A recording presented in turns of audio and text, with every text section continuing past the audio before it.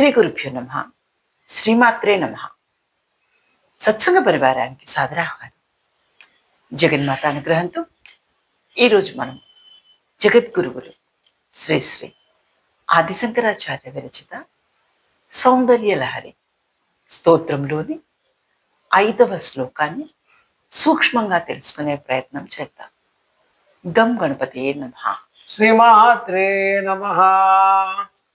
హరిస్వామారాధ్య ప్రణత జన సౌభాగ్య జననీం పురానారీ భూత్వా వరారిపు మపి క్షోభమనయత్ స్మరోపి త్వాం నత్వాం రతినయనరేహ్యేన వపుషా మునీనామప్యంతః ప్రభవతి మోహాయ మహతాం. శ్రీమాత్రే నమః. పరబ్రహ్మ స్వరూపిణి జగన్మాత యొక్క ప్రభావము ఎట్టిదో ఆచార్యుల వారు ఈ శ్లోకంలో వర్ణించినారు. తల్లి వినమ్రులైనట్టి జనములకు సౌభాగ్య ప్రదురాలవైనట్టి నిన్ను ఆరాధించి పూర్వము విష్ణువు స్త్రీ రూపమును పొంది త్రిపురాసుర సంహారకుడైన ఈశ్వరుని కూడా కలత పొందించెను. అనంగుడగు మన్మథుడు నీకు ప్రణమిల్లిన వాడే రతీదేవి కన్నులచే ఆస్వాదించదగిన శరీరముతో మునుల మనస్సులను మోహపెట్టుటకు సమర్థుడగుచున్నాడు కదా. నీ అనుగ్రహ ప్రసాద గరిమ లోకాద్భుతము కదా. ఇది ఆచార్య వారి భావన. ఇక అంతరార్థం ఏమనగా, హరి విష్ణువు చక్రరూపిణి విద్యారూపిణి అయిన శ్రీమాతను ఆరాధించి పూజించి జపించి ధ్యానించి స్త్రీ రూపముతో శివులు వారిని కలత చెందించెను. త్రిపుర సుందరి మంత్ర ప్రస్తార భేదములందు ఒకదానికి విష్ణు ఋషి, ఋషి అనగా వేదస్థితి మంత్రద్రష్ట, విష్ణువు శ్రీమాత యొక్క కామకళారూపముకు తురీయ స్వర్గముకు ఈ బీజమును జపింపగా విష్ణువుకు శ్రీమాత దర్శనమయ్యను. విష్ణువు దేవి రూపమును పొందెను. ఆ రూపమే విష్ణువు శివులు వారిని మోహింపచేశాను అని మంత్రయుక్త భావనగా కొందరు పెద్దలు చెప్పి ఉన్నారు. విష్ణువు జపించినది పంచదశాక్షర మంత్రము, మన్మధుడు జపించినది పంచదశాక్షర ప్రస్తార భేదము. ఈ మంత్రమునకు మన్మధుడే ఋషి అయి ఉన్నాడు. ఈ శ్లోకం నందు ఆచార్యుల వారి పదములకు వివరణ. ప్రణత జన సౌభాగ్య జనని. త్రికరణములు అనగా మనో వాక్కాయముల చేత అనగా మనస్సు వాక్కు శరీరముల చేత మృక్కువారు ప్రణత జనులు. ప్రకర్షేణతాః ప్రణతాః. సౌభాగ్య జనని సౌభాగ్యములను కలిగించు తల్లివి. పురాణారే భూత్వా పూర్వము స్త్రీ రూపమును ధరించినవాడు విష్ణువు. పురరిపు త్రిపురాంతకుని. అపి ఈ శబ్దంతో జితేంద్రియుడైన శివులు వారిని సైతము క్షోభ మనోవికారము ప్రాప్తింపచేసెను. స్మరోపి స్మరః అపి, మన్మధుడు సైతము ఇచ్చట అపి శబ్దం ఆచార్యుల వారు మరలా పునశ్చరణ చేయుటలో పూర్వము విష్ణువు మంత్రద్రష్ట అయినట్లే మన్మధుడు కూడా మంత్రద్రష్ట అయ్యను అని చెప్పి ఉన్నారు. మన్మధుడు శ్రీచక్రమును అర్చించి శ్రీదేవి మూల విద్యను అభ్యసించిన వాడై రతినయన లేప్యేన వపుషా, మన్మధుడి భార్య రతీదేవి శివులు వారి కోపాగ్నిచే మన్మథ శరీరం దగ్ధమవగా శ్రీమాత కరుణచే మన్మధుడు తిరిగి పునర్జీవుడై రతీదేవి కళ్లకు దర్శనీయమైన శరీరముతో నిలిచి రతి అనే సుందర స్త్రీచే ఆస్వాదింపతగిన శరీర సౌందర్యము కలవాడని భావము. కాముడు మిక్కిలి సుందరుడు, జితేంద్రుడైన మునులను అంతరంగమున మోహమును కలిగించుచున్నాడని ఇంద్రియ వాంఛ ప్రాప్తి సాధనము ద్వారా అనగా ఇంద్రియ విషయములందు కలుగుచున్న మోహకృత వాంఛలను మనస్సు చేత వశపరుచుకున్నవాడు మన్మథుడు. విష్ణువులు వారు స్త్రీ రూపం ధరించి కనకస్వామి అనువానిని ప్రలోభపెట్టి వధించాను. క్షీరసాగర మదనమందు విష్ణువు జగన్మోహిని అయి రాక్షసులను మోహపెట్టి అమృతమును దేవతలకు పంచెను. తర్వాత విష్ణువు స్త్రీ రూపం ధరించి శంభుని వ్యామోహ పెట్టెను. మన్మధుడు సకల మునులను క్షోభ పెట్టెను. వామకేశ్వర తంత్రమునందు త్రైలోక్య మోహనమైన భగవతీ విద్యను ఆరాధించి భగవానుడైన హరి కాముకుడికి శత్రువైన కాముడికి శత్రువైన శంభుని మోహపెట్టెను. మన్మధుడు కూడా మహాత్రిపుర సుందరిని ఆరాధించి లోకమున సర్వ సౌభాగ్య సుందరుడు అయ్యెను. ఎచ్చటెచ్చట రతిమూలకమైన మనస్సంక్షోభము కలుగునో అచ్చటచ్చట భగవతి ప్రసాద లభ్యమని ఆచార్యుల వారు చెప్పి ఉన్నారు. సౌభాగ్యమనగా సౌందర్యము, సకల విద్యా ప్రాప్తి, సత్సంతానము ఉన్నవి.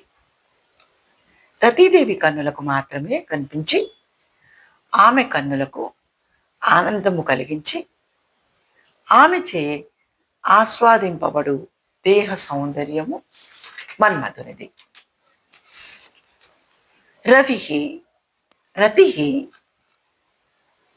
రతి కామప్రియ యాంచ అని కోశమున చెప్పబడినది. పూర్వ శ్లోకంలో భగవతి పాదములే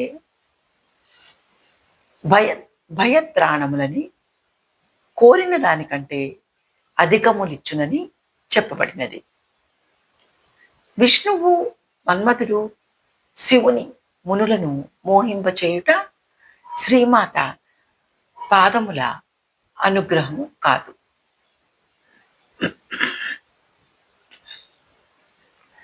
విష్ణువు మన్మథుడు శ్రీమాతను ఆరాధించి పొందిన అనుగ్రహం వలన. విష్ణువుల వారు శ్రీదేవి రూపం పొంది కామారి అయిన శివులు వారిని మోహం కలుగచేసినారు. వేరొక స్త్రీ రూపం కాదు. విష్ణువు భగవతిని ఉపాసన చేసి సారూప్యము పొందెను లేదా సాధించెను. విష్ణువు ఉపాసించింది షట్కూట విద్య. ఈ షట్కూట విద్య లోపాముద్రాదేవి నందికేశ్వరుడు ఉపాసించారు. లలితా సహస్రంలో హయగ్రీవులు వారు భక్త సౌభాగ్యదాయిని మందస్మిత ప్రభాపూర మజ్జ కామేశ మానస హరనేత్రాగ్ని సముదగ్ధ సందగ్ధ కామ సంజీవ నౌషధి కామపూజిత శ్రీ విద్య కామసేవిత అని స్తుతించారు. భక్త సౌభాగ్యదాయిని, భక్తులకు సౌభాగ్యములు సొన్నది, భక్తులకు తనతో ఐక్యము ఇచ్చున్నది, భక్తులకు చక్కని ఇంద్రియ నిగ్రహము ఇచ్చున్నది. భగా శబ్దమునకు శ్రీ, కామము, మహాత్మ్యము, వీర్యము, సూర్యుడు, ప్రయత్నము, కీర్తి అని అర్థములు కలవు. శుభప్రదములైనవి అన్నియు సౌభాగ్య దేవత లలితయే. సౌభాగ్య దేవత సౌభాగ్య వస్తువులు 8 వస్తువులుగా ఉండి ఉన్నవి. అవి చెరుకులు, పారిజాతము, అనుములు, జీలకర్ర, ధాన్యము, ఆవు పాలు, ఎర్రని పువ్వు, ఉప్పు. ఈ 8 వస్తువులను సౌభాగ్యాష్టకములని పేరు. మందస్మిత ప్రభాపూర మజ్జత్ కామేశ మానస. కామేశ్వరుడు రాజరాజేశ్వరుడి మనసు, తన చిరునవ్వు, భగవతి చిరునవ్వు కాంతి ప్రవాహమునందు మునుగుచున్నది. కామేశ్వరుడు రాజరాజేశ్వరుడి మనసు, తన చిరునవ్వు, భగవతి చిరునవ్వు కాంతి ప్రవాహమునందు మునుగుచున్నది. కామేశ్వరుని మనస్సు దేవి మందస్మిత కాంతి ప్రవాహమునందు మునుగుచూ లేచుచూ స్వాధీనంలోనే ఉంది. ఆనందం పొందుచు దానిని విడిచి బయటకు రాకుండా ఉన్నది. ఇక్కడ కామేశ్వరుడు ఒడ్డుకు చేరేందుకు ప్రయత్నించడం లేదు అని అర్థం. కామేశ పదములో కామ పదముచే అగ్నిశోమాఖ్యము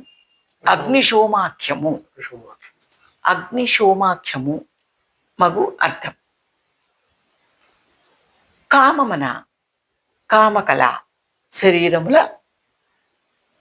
ఘటకమే బిందువు. అగ్నిశోముడను పేరుగల సూర్యుడు. కామ కలల జంట యొక్క సమరస రూపమే అగ్నిచంద్ర రూపమైన సూర్యుడే బిందువు. అట్టి కామేశ్వరుడే రాజరాజేశ్వరుడు. ఎల్లలు లేని మనస్సు కలది భగవతి. అనగా భగవతి కాంతి ప్రవాహంకు ఆ హద్దులు లేవు. హరనేత్రాగ్ని సందిగ్ధ కామ సంజీవన ఔషధి. హరనేత్రాగ్ని సందగ్ధ కామ సంజీవన ఔషధి. హర శంకరుని యొక్క నేత్ర, తృతీయ నేత్రమందలి అగ్నిచే సందగ్ధ పూర్తిగా దహించబడిన కామ మన్మధుని యొక్క సంజీవన బ్రతికించుట కొరకు ఓషధి అయినది. తండ్రి కుమారునిపై కోపించి శిక్షించినప్పుడు తల్లి కుమారుని ఓదార్చును. ఇది మాతృహృదయం. శివుని వారిచే దహింపబడిన మన్మధుడిని లలితాంబ బ్రతికించెను. హరి కోపించినచో గురువు రక్షించును. కానీ గురువు కోపించంచో ఎవరు రక్షించరు? ఇక్కడ గురువు శివులు వారా, త్రిపురాంబ? గురు పరంపర చెప్తున్నప్పుడు పరమశివులు వారిని గురువుగా చెప్పి ఉన్నారు. త్రిపుర సుందరికి కోపం వచ్చిన పరమశివులు వారు గురువై రక్షించాలి. పరమశివులు వారు కూపించిన త్రిపుర సుందరిని రక్షించాలి. ఈ వాదన పరస్పర విరుద్ధములుగా ఉండి ఉన్నది. కానీ పరమశివులు వారు శ్రీ విద్యోపాసన చేశాను. గురువు ఉపదేశం లేని ఉపాసన ఫలించదు. అందువల్ల ఇక్కడ గురువుగా త్రిపురాంబనే చెప్పాలి. అందుచేత శివులు వారు దేవిని ప్రభో అని సంబోధించను. లలితా సహస్రనామంలో గురుమూర్తి అని భగవతిని చెప్పబడిన శక్తి లేని దే శివులు వారికి నామరూపములు లేవు. శక్తితో కూడిన పరమశివుణ్ణి ఆదినాథ తంత్రములందు పరిగణించిరి. యథార్థముగా ఆదినాథుడు మొదలగువారు ఆదినాథుడు మొదటివారు. యథార్థముగా ఆదినాథుడు మొదటివాడు, ఆదిశక్తి రెండవవాడు. ఆదినాథుడు ఆదిశక్తి రెండవ వారు. ఆదినాథుడు మొదటివారు, ఆదిశక్తి రెండవ వారు. ఆదినాథుడు లేనిచో ఇచ్ఛాశక్తి కలుగదు. కాన వీరిద్దరిలో ఎవరు మొదలు ఎవరు చివర చెప్పలేము. అగ్ని ప్రతి వస్తువును మార్పు చేయను. హరినేత్రాగ్నిచే దగ్ధుడు కాకపూర్వం మన్మధుడు స్థూల శరీరంతో జీవించాడు. దగ్ధుడైన తర్వాత శరీర శూన్యుడైనాడు. దీనిని బట్టి పరమాత్మ మొదట బ్రహ్మభావంతో ఉండును, తర్వాత అజ్ఞానముచే శరీరము ధరించిన వాని వలె ఉండును. తర్వాత జ్ఞానప్రాప్తిచే అజ్ఞానమును నశింపగా శరీరము పోయి మరలా తన నిజస్వరూపం అగు బ్రహ్మతో ఐక్యం చెందును. కామ పూజిత మన్మధుని చేత పూజింపబడినది, మన్మధునిచే ఉపాసింపబడినది. లక్ష్మీదేవి పుత్రుడైన మన్మధుడు జ్ఞానహీనుడై భగవతి యొక్క పంచదశాక్షరీ మంత్రమును ఉపాసించి జ్ఞాని అయినాడు, విద్యారత్నమును పొందెను. లక్ష్మాహ పుత్రో అనంగా విద్యారత్నం ప్రాప్తవా నిత్యర్థం. శ్రీవిద్య కామసేవిత, శ్రీవిద్యా కామసేవిత. మన్మధునిచే పంచదశి మంత్రంతో ఉపాసింపబడినది. శ్రీవిద్య పంచదశి మంత్ర స్వరూపురాలు. విష్ణు పురాణం నందు యజ్ఞ విద్య, మహావిద్య, గుహ్య విద్యాంచ శోభనే ఆత్మవిద్యా చ దేవి త్వం విముక్తి ఫలదాయిని అని చెప్పబడింది. వీటిలో గుహ్య విద్య శ్రీ విద్య అగును. యజ్ఞ విద్య కర్మ విద్య, యజ్ఞములు చేయుట.